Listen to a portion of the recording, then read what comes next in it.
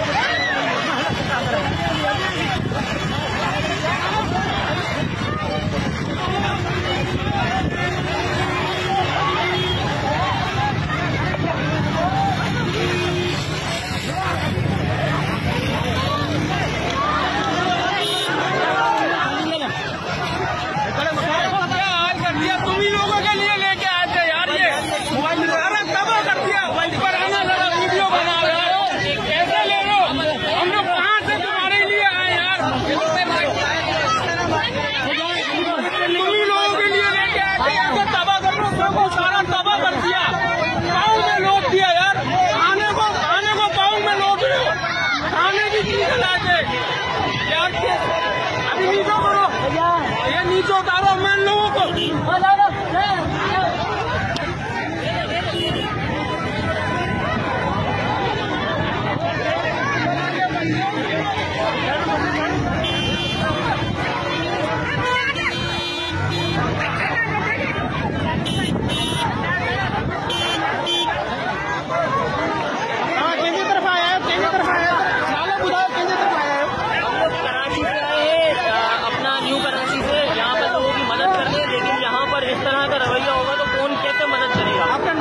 मेरा नंबर है 0311709237 मेरा नाम अब्दुल राफे खान है और मैं यहाँ पर जो है लोगों की इमदाद करने आया था, लेकिन यहाँ पर इस तरह का रवैया हो रहा है।